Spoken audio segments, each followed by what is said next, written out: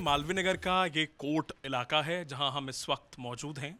ये इलाका इसलिए बेहद ज़रूरी है क्योंकि ये होटल से महज 50 कदम की दूरी पर मौजूद है और आप मेरे पीछे देख सकते हैं ये वही एरिया है जहां पर लोग रहते हैं। ये वो स्थानीय एरिया है जो थोड़ा कंजस्टेड है, लेकिन यहाँ पर जो लोग हैं वो बाहर से आए हुए हैं, कुछ किराएदार हैं, वो यहाँ आकर बसे हुए हैं, रह रहे हैं। और आपको इस जगह के बारे में बताना बेहद ज़रूरी इसलिए भी हो जाता है क्योंकि जिस तरीके की यहाँ गलियाँ हैं, जिस तरीके के यहाँ पर घर बने हुए हैं, उसे देखकर आप समझ सकते हैं कि यहाँ पर शायद एक बाइक या कार के निकलने की ही जगह है। यहाँ पर माफ़ कीजिएगा, बाइक और या स्कूटी या फिर साइकिल यही निकल सकती है। आप देख भी सकते हैं किस तरीके से लोग यहाँ पर निकल भी रहे हैं। महज साइकिलों के और बाइक जैसे निकलने वाली जगहों पर एक होटल बना दिया जाता है और उस होटल में ना कोई व्यवस्था होती है, ना कोई वहाँ पर चाक चौबंद चीज़ें होती हैं, लेकिन उसके बावजूद भी उस होटल में बिना परमिशन के महज 6 कमरों की जगह पर 25 कमरे बना दिए जाते हैं। यानी कि उस होटल में 6 कमरे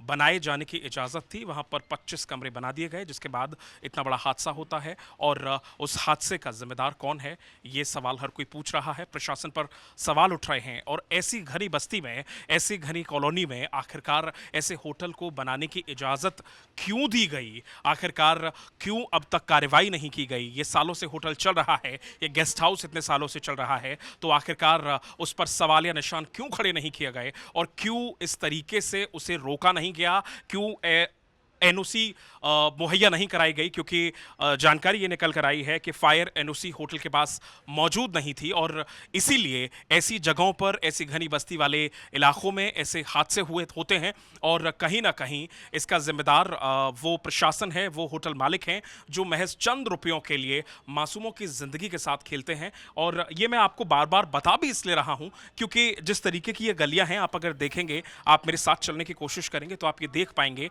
कि यहाँ पर महज शायद 2-3 लोग ही एक साथ निकल पाएंगे। अगर मैं निकल रहा हूं यहां पर तो मेरे साथ या तो 1 या 2 लोग निकल सकते हैं। अब सोचिए, उन सब वजहों के चलते, इन सारी चीज़ों को जानते हुए होने के बावजूद भी होटल बना दिया जाता है और होटल में इतने सारे लोगों को रुकवाया जाता है। हर रोज़ तमाम जो बाहर के विदेशी नागरिक हैं वो आते हैं, वो रुकते हैं और फिर ऐसा एक हादसा होता है, ऐसा एक मंजर हमारे सामने आता है जो रूह कपा देता है। 21 लोगों की जान चली जाती है और जान जाने के बाद बार बार जहन में, बार बार मन में ये सवाल उठता है कि आखिरकार उन मासूमों का, उन लोगों का क्या कसूर था जिन लोगों की यहाँ जान चली गई। आखिरकार क्यों इन होटल मालिकों पर नकेल नहीं कसी गई और आखिरकार क्यों यहाँ पर होटल में इतने लोगों को रोका गया और क्यों आखिरकार ऐसे होटल मालिकों को